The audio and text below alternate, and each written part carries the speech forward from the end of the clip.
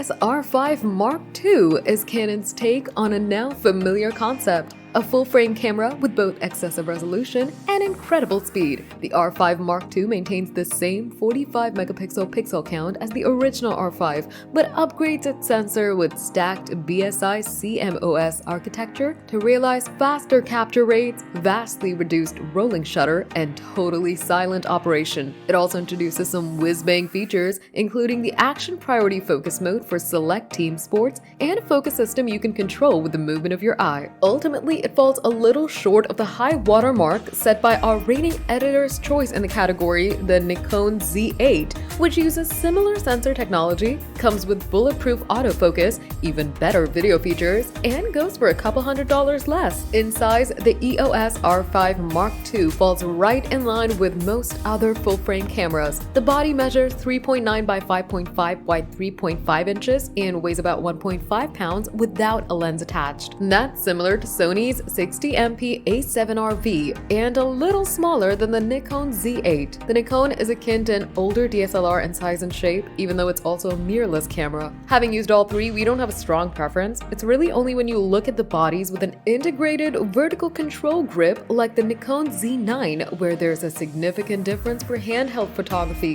The R5 II and other EOS R series bodies are mirrorless designs, which means they omit the automatic returning mirror and optical viewfinder that define an SLR. Still, bodies styled after SLRs, it's largely inspired by Canon's retired EOS 5D series. The Mark IV was the ultimate entry, with similar ergonomics and an electronic viewfinder centered behind the lens. The camera features a black exterior. Canon doesn't typically offer a classic silver or eye-catching colorways and doesn't make an exception here. Its chassis is magnesium alloy with a mix of metal, leatherette, and polycarbonate for the exterior. Weather sealing is an expected feature at this level and is included too. The R5 Mark II is dust and splash protected, so you can use it outdoors and on location without worry, though it's equally as adept in the studio. The R5 Mark II is available as a body only for photographers who already own a compatible Canon RF lens or would simply like to choose their own glass, or in a kit with the RF24 105mm f4L ISUSM for $5,399. The kit nets you a $200 discount versus buying them separately. The EOS R5 Mark II is a Canon camera through and through. The company's engineers tend to do things a little bit differently. For example, the shutter release sits at a steep angle and is positioned closer to the front of the grip than the top, while the front command dial is positioned behind and oriented vertically. Most other systems swap these positions, placing the shutter release at the top of the grip and the dial in its front, either at a slight angle or horizontal. I don't think either approach is superior, but if you've spent years with a Canon, you'll feel right at home, while creators coming over from another system should account for an adjustment period to rewrite their muscle memory. Canon isn't quite as consistent with other control surfaces, where the R5 Mark II strays from the R5 in a few places. The movie or still toggle switch is at the left side of the Mark II's top plate, which is where you'll find the on-off switch on the first gen R5. The Mark II puts its power toggle on the right, nestled into the side of the quick control dial. The power switch has three settings: on, lock, and off. Lock prevents unwanted changes to aperture, shutter, or ISO, so you can keep settings intact even if you bump the camera inadvertently. Meanwhile, the MFN, record, and LCD backlight buttons are in the same place as before, as is the top display, a monochrome OLED that shows exposure settings, battery life, and other sun-dry information. The R5 II uses a mode button to swap between aperture, shutter, program, and manual capture, and it's in the same place as with the R5, at the center of the quick control dial. No surprises in the rear control layout, including the basics like an additional command dial for exposure control, a small 8-way joystick to maneuver the idea of interest for focus, and Canon's Q quick menu button, AF on, exposure lock represented by an asterisk, and a button with a crosshair icon that switches the active area of focus. You'll find controls used for image playback too, which are play, rate, and zoom. The R5 Mark II includes some assists to help pros sort through and edit images that aren't included in the lower-priced EOS R6 Mark II. For example, the R5 II can automatically tag the best focus images in a burst sequence, record a voice memo, and attach it to an image.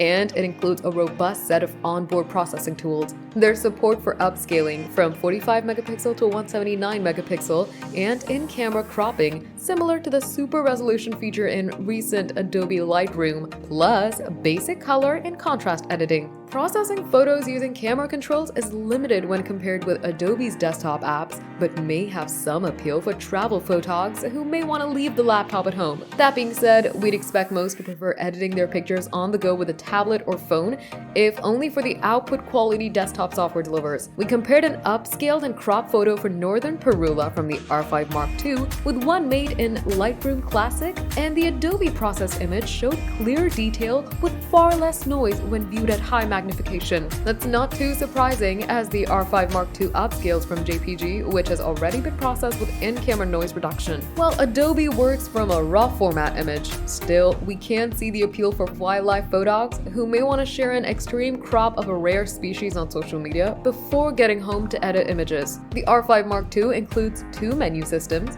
Its Q menu overlays the live view feed and provides quick access to useful functions like settings like drive and focus, file format, and white balance, things you may want to adjust in the midst of a photo shoot. The Q menu is populated with a useful set of options, but isn't configurable like the similar menus in Sony and Nikon cameras. The full multi-page text menu will be familiar to longtime Canon owners, as the company hasn't overhauled its interface in years, nor does it really need to. The menu is thoughtfully broken down into several tabs, so despite having nearly 40 pages of options, it's easy enough to find the setting you're looking for. A My Menu page is also included, so you can add your most used options for it to ready access. The R5 Mark II borrows its viewfinder from an existing model, the sports-focused EOS R3. It's a good decision, since the viewfinder provides a wider color gamut that's closer to the optical viewfinder experience than most other cameras. Like the R3, the R5 II supports both a real-time exposure preview or an optical viewfinder simulation. The former gives you a real idea as to your exposure,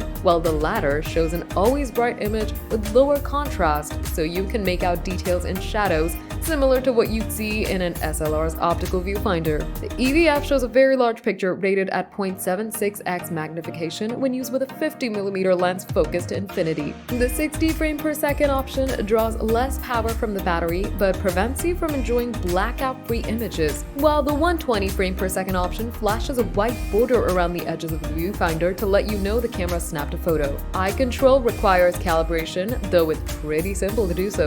The R5 Mark II prompts you to look at a dot in the viewfinder while holding down the MFN button to register the position of your eye. The 3.2-inch touch LCD swings out to the side and twists to face forward, up, or down, so you can set up shots from more interesting angles more easily. The LCD's clear with excellent off-angle viewing quality and adjustable brightness. The R5 Mark II comes with a fresh battery pack, the LPE6P, which maintains the same form factor as the LPE6NH used by the EOS R5, R6, and R6 Mark II. Because of this, you can use older power packs to run the R5 Mark II, which is good news for longtime Canon users. The camera includes dual memory card slots. The primary works with CF Express Type B cards, while the secondary slot supports UHS-2 SDXC media. The R5 Mark II supports in-camera charging via its USB-C port, a multifunction interface that also works for memory card offloads to a computer or as a webcam using the UVC or UAC standards. You also get a full-size HDMI port to connect to a monitor or external recorder, a pair of 3.5mm mic and headphone jacks, plus a PC sync socket to connect to a wired off-camera flash. There is no in-body flash. Canon uses a new type of hot shoe cover on this camera, one that shields the entirety of the accessory mount, not just its electrical contacts. We think the design is terrible. It's just too difficult to remove it in the moment.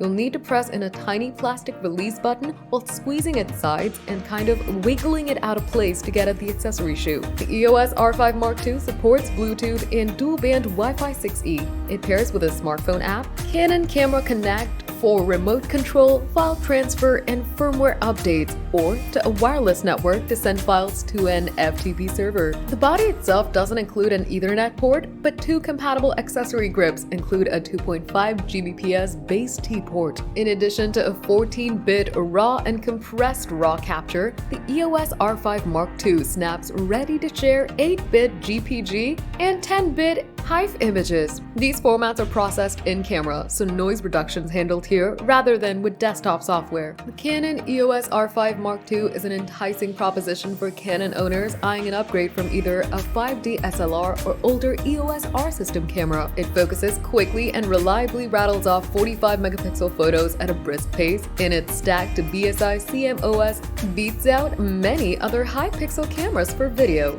It's basically a better version of the EOS R5. Although we'll continue to recommend the Nikon Z8 more broadly as our editor's choice pick in the category, the Z8 holds on to its trophy thanks to just as good imaging, ProRes video support, and Nikon's track record with feature-enriching firmware updates.